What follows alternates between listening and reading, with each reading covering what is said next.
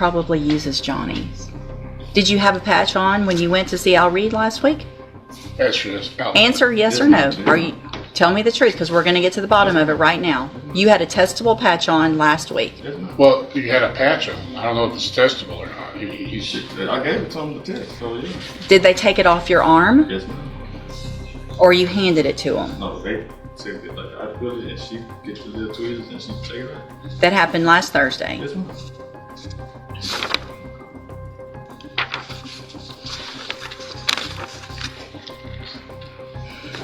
I owe Johnny some money on my previous page. What? I owe Johnny some money.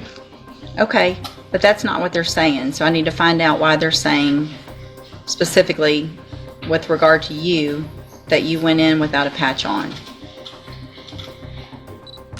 I don't even know. You're Tasia 1 Mac? Mr. Mack, we've had issues with you and your drug patch now. I can't even tell you how many times, countless number of times. You were here not that long ago. Hold on. You were here. I told you last time you were here that I didn't care what it took for you to have a testable patch on when you went back to have it tested. I got an email from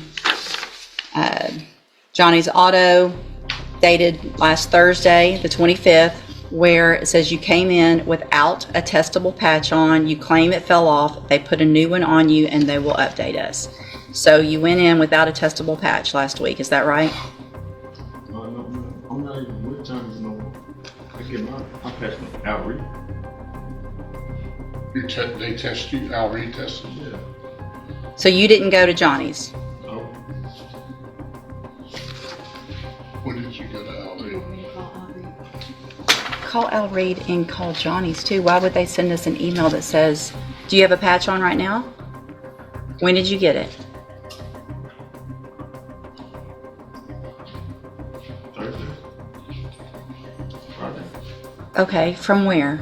Al Reed. From his office? His mom. Or he might, because Al probably uses Johnny's. Did you have a patch on when you went to see Al Reed last week? Answer yes or no. Are you? Tell me the truth, because we're going to get to the bottom of it right now. You had a testable patch on last week. Well, you had a patch on. I don't know if it's testable or not. He should. I gave it to him to test, so yeah. Did they take it off your arm? Yes, ma'am. Or you handed it to them? No, they said that, like, I feel it and she gets the little tweezers and she take it out. That happened last Thursday. Yes, ma'am.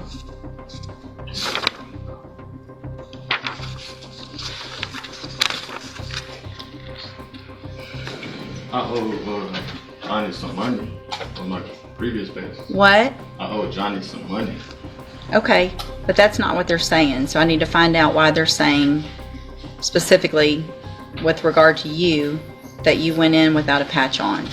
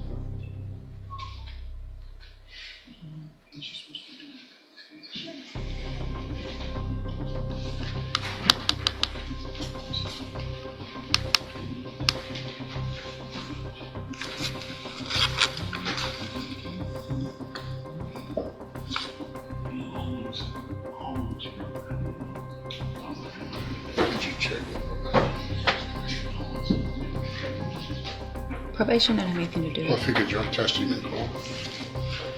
I'm tired of doing that. That's what I've done every time we've been here. I'm not going to keep doing that. We're going to either have patches that work or he keeps on or not. I just got to see why they sent this email.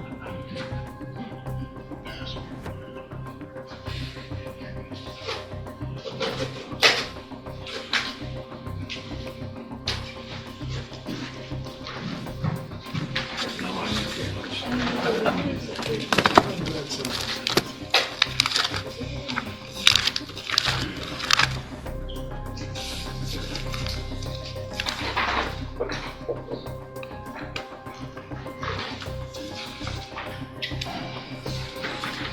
right, we got to get our jury seated. So here's what I'm going to do. I'm going to let Anna work on figuring this out with talking to Johnny's and Al Reed.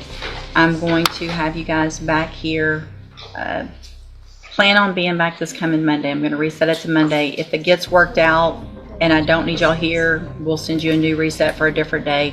But plan on being back in 1 week, and that way, if something happens, we'll figure it out. But we're going to talk to Johnny's. We're going to talk to Al Reed. I could just wait. Wait. I got to get a jury seated. We're already at 2 o'clock, and I've had a jury waiting for an hour. So, what'd you? Johnny's, the bondsman said they've been putting on him since last weekend. Okay. Talk to Johnny's. Call Johnny's. That's all right. All right, y'all can go. We'll send you a reset. It was last week. I said 9:20. Good morning. You're Benita Graham? Yes, And Miss Graham, did you get a lawyer hired? no, I did visit with Who'd you talk to? I talked to Kevin, Miss Holmes, and Attorney Adams. Okay. He did say, Attorney Adams did state if he was elected that he would represent me pro bono. Okay. So, well, what do you mean if he was elected? I don't know. Well, if you assigned him to my case. Oh, yeah. Does it work like that? Okay. Okay. So, are you working? No, ma'am. Okay. Why aren't you working? I'm retired and I only have one source of income, and that's Social Security for my husband's death. Okay. All right. And So, I do have cancer. okay. So, what I'm going to do this morning, Miss Graham, is have you fill out some paperwork. Thank you for doing what I asked you to do. To see if I'm going to have you fill this paperwork out to see if you qualify for a court-appointed lawyer.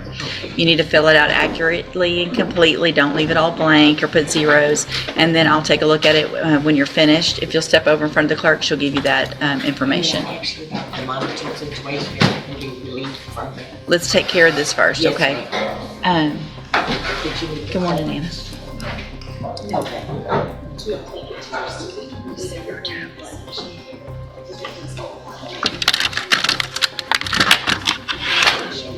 Something so Joan Kraus.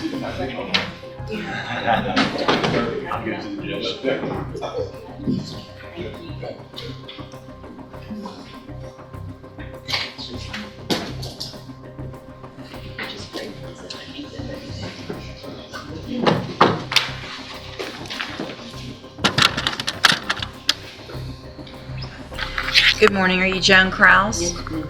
And Ms. Kraus, this is your initial appearance in cause number 25, DCCR 0904.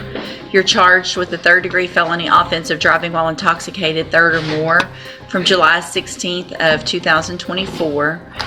Since you've made bond in your case, have you had an opportunity to try to hire a lawyer? No, I got a court appointment. Right. So when you're in custody, we automatically give you a court-appointed lawyer. Once, if you make bond, I expect you to at least try to hire your own lawyer. Are you working? No, ma'am. Okay. Why aren't you working? Retired. Okay. And so you have a retirement income? Yes, ma'am. So what I'm going to do, Ms. Kraus, is reset your case to give you some time to try to hire a lawyer. Okay, you need to, if you get someone hired, bring the reset notice that you get today to that lawyer. They'll tell you what to do. If you're unable to hire someone before the next court date, then I'm ordering you to visit with at least 3 lawyers. They all charge different amounts. They have different payment plans. Bring me back the names of the lawyers that you've talked to so I know you're trying, and then we'll discuss your options. If you don't do that, then when you come back, you run the risk of me raising your bond for not following that court order, and you would have to go back to jail. Do you understand? I do, ma'am. And are you, do you have the ignition interlock device on your vehicle? No, ma'am, I don't have one. You're not driving. I want to make sure you understand it's a condition of your bond. You cannot drive unless you have that on your any vehicle. Do you understand? Yes, ma'am. Okay, step in front of the clerk. She'll give you your reset notice. Sign out. Sarah Henderson.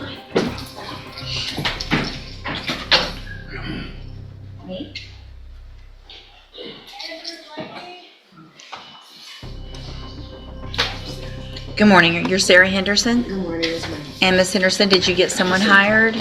No, ma'am. I got 3 people, but my income might change. because I'm trying to see if I can maybe qualify to. Who'd you talk to? I talked to Langston, Scott Adams, CL Swisher, and Kippy French. Mm-hmm. Okay. And what do you mean your income has changed? Well, I switched jobs and I'm making a little less. You know, but at first I was making too much to get one the last time I was here. Mm-hmm. But after to see if maybe I qualify to get a court-appointed lawyer now. Why did you switch jobs to make less money? Well, I didn't really have a choice, you know, so Okay. I didn't want to switch. Where are you working? The city of Oversight, Okay. streets and drainage. Okay. So I'll let you go ahead and fill out that paperwork again. Make sure you fill it out accurately and completely, just like you did last time, and then I'll take a look at it. Okay? Step in front of the clerk.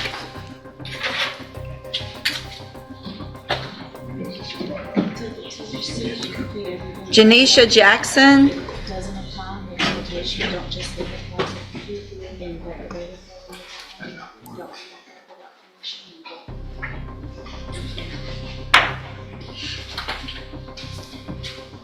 Good morning. Are you Janisha Jackson? Janisha, and Ms. Jackson, this is your initial appearance in cause number 25, DCCR 0903. You're charged with the second-degree felony offense of abandoning or endangering a child, and that's from May 26th of 2025. Since you've made bond in your case, have you had an opportunity to try to hire a lawyer? No, not yet. Okay, so what I'm going to do, since you've made bond, is I'm going to give you about a 30-day reset to give you some time to try to hire a lawyer. Okay. If you get someone hired before the next court date, bring the reset notice that you get today to that lawyer. They'll tell you what to do. Yes, ma'am. If you're unable to hire someone before the next court date, then I'm ordering you to visit with at least 3 lawyers. They all charge different amounts. They have different payment plans. Bring me back the names of the lawyers that you've talked to so I know you're trying, and we'll discuss your options. If you don't do that, then when you come back, you run the risk of me raising your bond for not following that court order, and you would go back to jail. Yes, Do you understand? Yes. All right, step in front of the clerk. She'll give you your reset notice. Presley Viltz.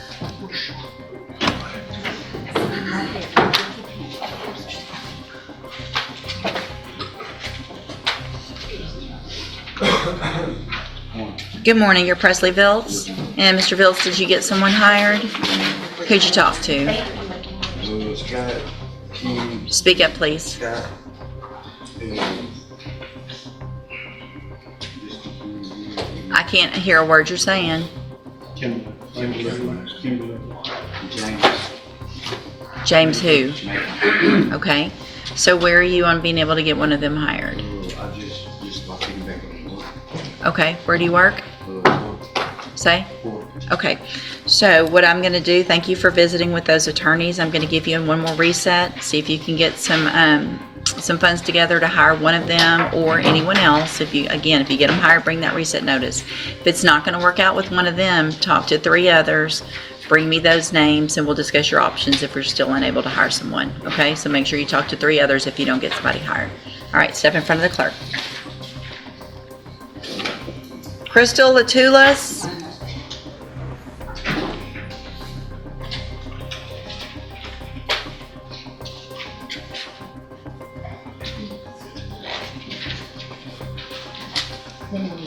Good morning, ma'am. You're Crystal Latulas. And Ms. Latulas, this is your initial appearance in cause numbers 25 DCCR 0850 and 0851. In each of those cases, you are charged, sorry, give me a second, with the second-degree felony offense of abandoning or endangering a child, and that's from May 30th of 2025. Since you've made bond in your case, have you had an opportunity to try to hire a lawyer? This is the thing that my child, when I got out, I had no stipulation. Speak up, please. When I got out, I had no stipulation, right? So the week that I got out, I got a call that she said that the child had to be moved to my home. I'm a parent at the end of the day. I have a nursing license interfering with this charge that I have now. That was my whole point of starting over. I already had got my nursing license, but I want. Okay, you're telling me way too much information. Here's the thing. I was just asking about my child. Is there any type of way that I could You need to get a lawyer, and they can file a motion asking, but just with your word, based on what you're charged with, no, I'm not going to allow that at this point, okay? So I'm going to expect you to try to hire a lawyer, reset your case about 30 days to give you some time to do that. If you get someone hired before the next court date, bring the reset notice that you get today to that lawyer, and they'll tell you what to do. If you're unable to hire someone before the next court date, then I'm ordering you to visit with at least 3 lawyers. They all charge different amounts, have different payment plans. Bring me back the names of the lawyers you talk to, so I know you're trying, and then we'll discuss your options. If you don't do that, then when you come back, you run the risk of me raising your bond for not following that court order, and you would go back to jail. Do you understand? I don't, he told me something about diversion. We just, Okay. That's why you need to go hire a lawyer. Okay? Step in front of the clerk. Lisa White.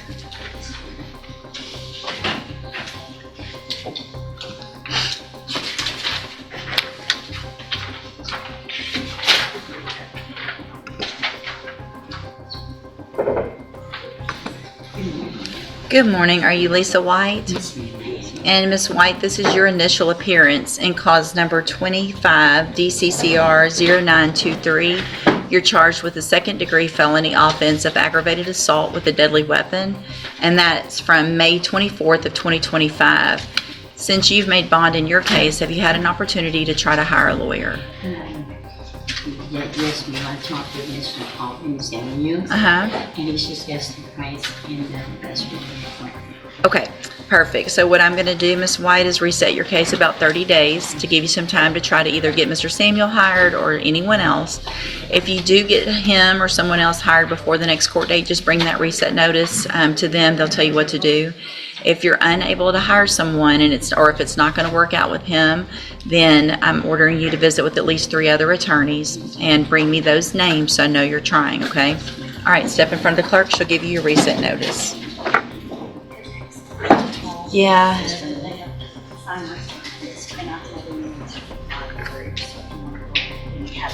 He has it.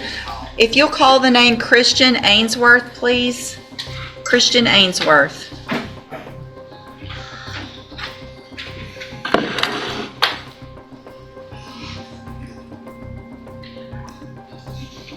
Christian Ainsworth.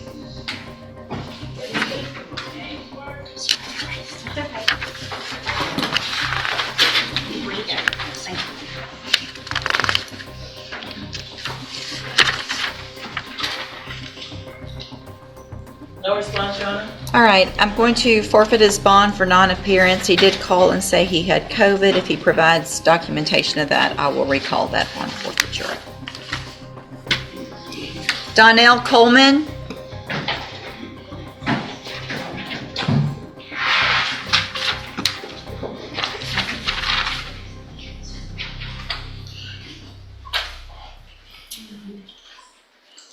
Good morning. Are you Donnell Coleman? And Ms. Coleman, were you able to get someone hired? No, Did you talk to some lawyers? Mr. Who'd you talk to? I still have Mr. Ross. I'm sorry? Mr. Ross. Uh-huh. Ross. Yeah? Yes, sir. What about him?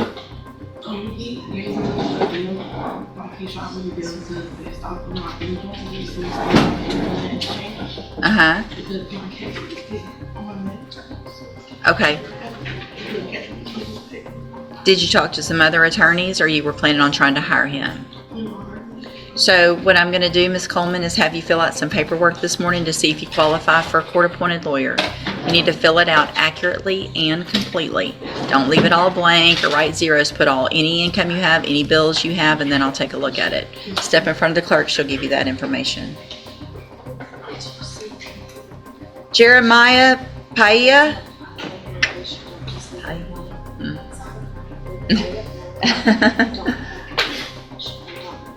Good morning. How do you say your last name? Paye. I feel like we've done that before. Mr. Paye, sorry. Did you get someone hired? No, I'm still in contact with Mr. Jeff Casey. Uh-huh. And I still want to get him hired, so I got a second job. In order to do that, you asked me to bring the checks to. Okay. And where's he from?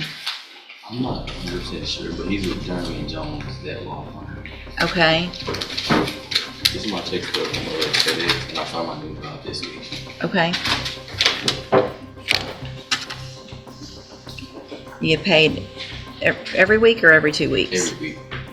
But the hours vary from 20 to 30. And where's your new job? It's in the mall and we're out there. Okay. Pivot. Okay.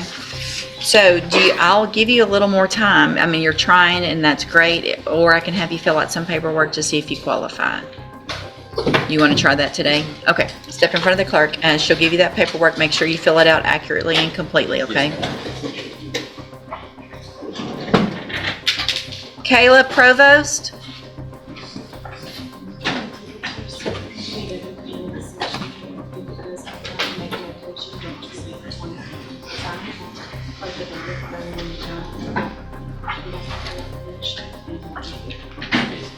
Discuss your options. If you don't do that, then when you come back, you run the risk of me raising your bond for not following that court order, and you would have to go back to jail. Do you understand? Yes. All right, step in front of the clerk right here, and she'll give you your reset notice.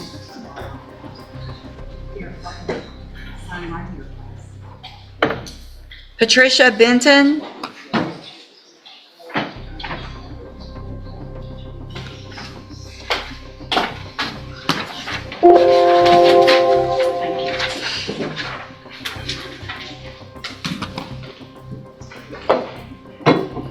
Good morning, you're Patricia Benton? Yes, ma'am. And Miss Benton, did you get someone hired? I have not, no, ma'am. Okay, who'd you? I've contacted Corey, Brittany Holmes, Mr. Macon, and Corey Crenshaw. But I just can't do it. And you're working? Yes, ma'am. Okay, and are you working full-time? Yes, ma'am. Okay. So what I'll do this morning, I'm not sure if you'll qualify, but I'll have you fill out some paperwork to see if you qualify for a court-appointed lawyer. You need to fill it out accurately and completely because you're going to swear under oath that it's all true and correct. And then I'll take a look at it. Step in front of the clerk. She'll give you that paperwork. Yeah. When I printed this, he had not signed it down and everybody had to go in for him. You know what I mean? Yeah. He's on it now. So the other two, They're on Are- the tablet now. they're on the tablet or on the, okay, that's okay. I can look here. 49 and 15. So the other two that are on this, I've already given them, it's a designation. These, the other two are initials. Daryl Spencer, And it's the 1149. 1150. Thank you.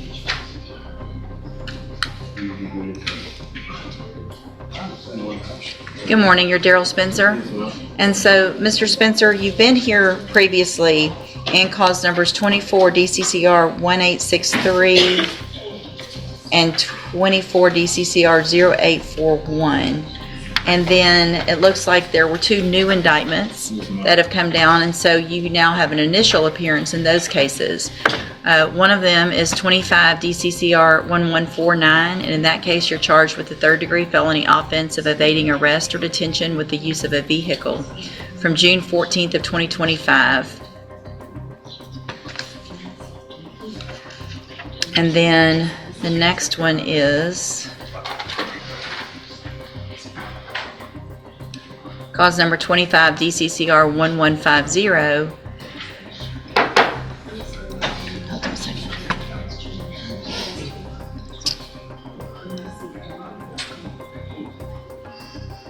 And in that case, you're charged with the third-degree felony offense of unlawful possession of a firearm by a felon from June 15th of 2025. And so since you've made bond in these cases, have you had an opportunity to try to hire a lawyer? Yes, ma'am, I had Rocket Kim. He told me he was supposed to be with me today. I texted him last night. He told me he was going to send a letter to the representative, but I paid him when I came here that Monday. I came and talked to you. Have a seat in the courtroom. Don't leave until we talk to him, okay? Yes, ma'am. All right, go ahead. You can have a seat. Good morning, sir. You're Jose Contreras. And will your client waive the formal reading of the indictment? You look, Aaron. That's for Anna. That's for...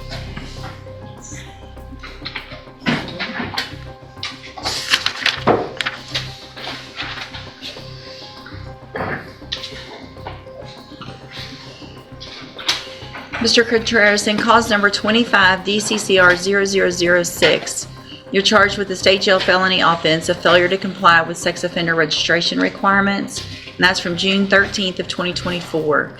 How do you plead to that charge? Are you pleading guilty freely and voluntarily? And are you pleading guilty because you did what they charged you with? I have here on the computer some documents that have your signature on them that the state has marked as exhibit number 1. Before you signed these, did you go over them with Mr. Parker? Speak up.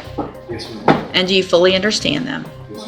And do you understand, if I follow the agreement that you made with the district attorney, that you'll be waiving or giving up any right to appeal? And it looks like the agreement that you've reached is for a 4-year deferred probation. There would be a $500 fine, and you would be required to follow all of the rules and conditions of probation. Is that your understanding? Also, do you understand, if you're not a U.S. citizen, that a plea of guilty or no contest may result in your deportation, exclusion from admission to the country, or denial of naturalization under federal law? State tenders number 1. No objection. It's admitted. Is there any evidence that Mr. Contreras is not competent? Thank you, Your Honor. All right, sir, I'm going to find that you entered your plea of guilty freely and voluntarily. Find that you're mentally competent and you... This courtroom session showed just how quickly lives can change inside a few minutes before a judge. Some defendants were given more time, some received strict warnings, and others came dangerously close to losing their freedom entirely. But one message echoed through every case today: the court may offer second chances. But those chances come with serious responsibility. One miscondition, one bad decision, or one violation can completely change the outcome. And as this hearing proved in a courtroom, every word, every action, and every choice matters. Inside this chaotic courtroom session, the judge witnessed everything from armed felony accusations to repeat theft offenders laughing through plea deals. A 19-year-old carrying a loaded Glock shocked the courtroom after police claimed he fled during a stop in a closed park. But the judge suddenly flipped the entire case by questioning whether the teen was targeted for walking while black, before dismissing all charges for lack of probable cause. Moments later, the mood turned brutal as repeat offenders were warned that one more mistake could destroy their futures forever. Young defendants accused of theft, robbery, and child endangerment were told they were throwing their lives away while struggling to find jobs, lawyers, and stability outside jail. Throughout the hearing, the courtroom became a tense mix of sympathy, anger, fear, and harsh reality checks where every decision felt capable of changing someone's entire future.